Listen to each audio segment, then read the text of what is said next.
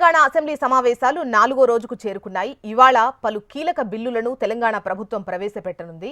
మండలిలో విద్య, క్రీడా విశ్వవిద్యాలయం, తెలంగాణ విశ్వవిద్యాలయాల సవరణ బిల్లును ప్రవేశపెట్టనున్నారు. సభలో ఆర్ఓఆర్ చట్ట సవరణ బిల్లును రెవెన్యూ మంత్రి పొంగులేటి శ్రీనివాసరెడ్డి ప్రవేశపెడతారు. అసెంబ్లీ సమావేశాల్లో లగచర్ల ఘటనపై చర్చకు బీఆర్ఎస్ పట్టుబడుతోంది. అటు ఆటో కార్మికుల డ్రెస్ వేసుకొని సభకు రావాలని బీఆర్ఎస్ ఎమ్మెల్యేలు నిర్ణయం తీసుకున్నారు. ఆటో డ్రైవర్లకు ఇచ్చిన హామీలను ప్రభుత్వం నిలబెట్టుకోవాలని బీఆర్ఎస్ డిమాండ్ చేస్తోంది. మూసీ అంశంపైన బీఆర్ఎస్ ప్రభుత్వాన్ని ఇరకాటంలో పెట్టాలని ప్రయత్నిస్తోంది.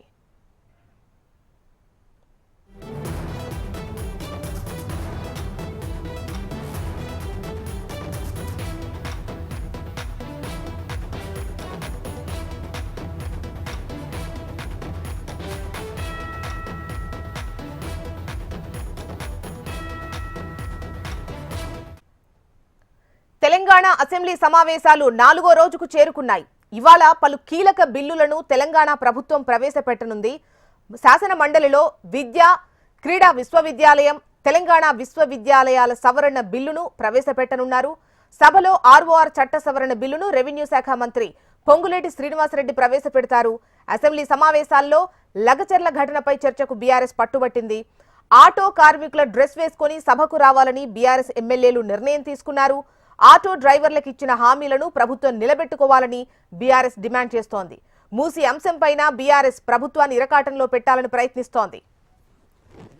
ఇక ఇవాళ 4వ రోజు సమావేశాలు ఏ విధంగా ఉండేటువంటి అవకాశం ఉంది, ఏ బిల్లులు సభ ముందుకు రాబోతున్నాయి, అధికార విపక్షాల వ్యూహం ఎలా ఉండబోతుంది అన్నటువంటి అంశాలు మనకు ప్రవీణ్ అందిస్తారు. ప్రవీణ్, మరికాసేపట్లో 4వ రోజు తెలంగాణ అసెంబ్లీ సమావేశాలు ప్రారంభం కాబోతున్నాయి. ఇవాళ ఆ సమావేశాలు మాత్రం ప్రశ్నోత్తరాలు ముగిసిన వెంటనే మాత్రం గురుకుల ప్రభుత్వ పాఠశాలలో మౌలిక వసతులపైన కూడా ఒక స్వల్పకాలిక చర్చ మాత్రం రాష్ట్ర ప్రభుత్వం పెట్టబోతుంది. ఇప్పటివరకే గురుకులాలకు సంబంధించిన మాత్రం రాష్ట్ర ప్రభుత్వం వచ్చిన తర్వాత మాత్రం నాణ్యమైన విద్యతో పాటు అదేవిధంగా ఫుడ్కు సంబంధించిన మాత్రం మెనూ ఛార్జీలు కూడా పెంచామని చెప్పేసి కూడా ఆ ప్రభుత్వం చెప్తుంది. కాబట్టి ఇదే అంశాన్ని కూడా బీఆర్ఎస్ పార్టీ మాత్రం పూర్తి స్థాయిలో మాత్రం సభా వేదిక నుంచి కూడా ప్రభుత్వాన్ని కూడా ప్రశ్నించే అవకాశం ఉంది. రీసెంట్గా తెలంగాణ రాష్ట్ర వ్యాప్తంగా ఒక 1 ఇయర్ కాలంలోనే దాదాపు 49 మంది ఆ గురుకులాల్లో విద్యార్థులు చనిపోయారని చెప్పేసి కూడా ఇప్పటివరకే బీఆర్ఎస్ పార్టీ చెప్తుంది. దాంతోపాటుగా రీసెంట్గా హైదరాబాద్లోని కీసర వద్ద కూడా ఒక గురుకుల పాఠశాలలో మాత్రం దాదాపు 12 మంది విద్యార్థులకు కూడా ఎలుకలు కరిచిన పరిస్థితి నెలకొంది. రాష్ట్ర ప్రభుత్వం మాత్రం గురుకులాలను కూడా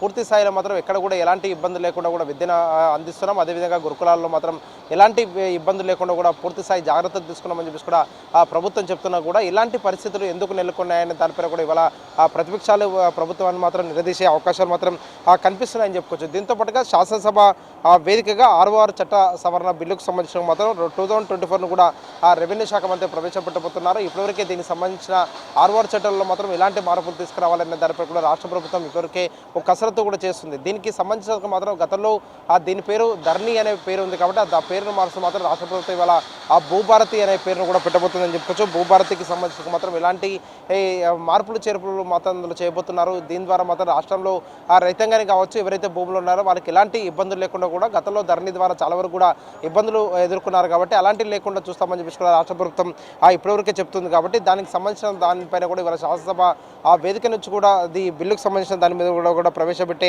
అవకాశాలు అయితే కనిపిస్తున్నాయని చెప్పుకోవచ్చు. దీంతో పాటుగా తెలంగాణకు సంబంధించిన మాత్రం ఏదైతే నిన్న శాసనసభ వేదికగా 3 బిల్స్ ప్రవేశపెట్టారో అవి ఇవాళ మండలిలో కూడా ప్రవేశపెట్టబోతున్నారు. దీంతో పాటుగా రాష్ట్రంలో ఆటో కార్మికులకు సంబంధించినంత వరకు ఆటో కార్మికులకు రాష్ట్రంలో చాలా వరకు కూడా రాష్ట్ర ప్రభుత్వం ఆదుకుంటాము. ఆటో కార్మికుల సమస్యలపై కూడా ప్రభుత్వం దృష్టి సాధించని చెప్పేసి కూడా గతంలో కూడా కాంగ్రెస్ పార్టీ అధికారంలోకి వచ్చే సమయంలో కావచ్చు, వచ్చిన తర్వాత కూడా ఆటో కార్మికులకు కూడా పూర్తి స్థాయిలో హామీ ఇచ్చింది. కాబట్టి హామీని కూడా నిలబెట్టుకోలేదు అని చెప్పేసి కూడా ఇప్పటివరకే బీఆర్ఎస్ దానికి సంబంధించిన వాయిదా తీర్మానాన్ని కూడా ఇచ్చిన సిచ్యువేషన్ కనిపిస్తుంది.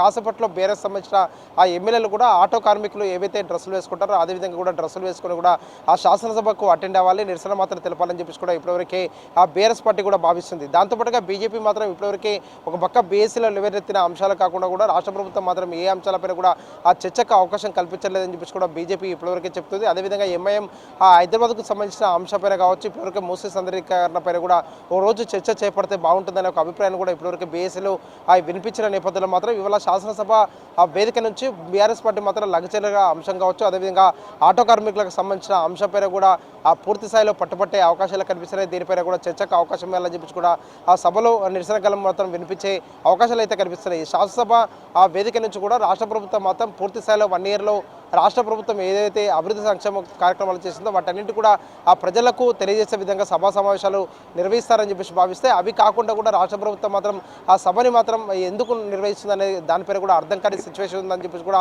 బీఆర్ఎస్ విమర్శలు కూడా గుప్పిస్తుంది. కాబట్టి దీంతో పాటుగా రాష్ట్ర ప్రభుత్వం ఎలాంటి అంశాలను సభ వేదిక తీసుకురాబోతుంది, సభలో మాత్రం ఎలాంటి బిల్స్ తీసుకురాబోతుంది, ఇంకా ఏమేమి బిల్స్ తీసుకురాబోతుంది అనే దానిపైన కూడా ఒక క్లారిటీ అయితే రావాల్సి ఉంది. జోష్న రైట్ ప్రవీణ్, మొత్తానికి ఇవాళ 4వ రోజు వాడివేడి చర్చలే అటు తెలంగాణ శాసనసభ అండ్ మండలిలో జరిగేటువంటి అవకాశాలు క్లియర్ గా మనకు కనిపిస్తున్నాయి.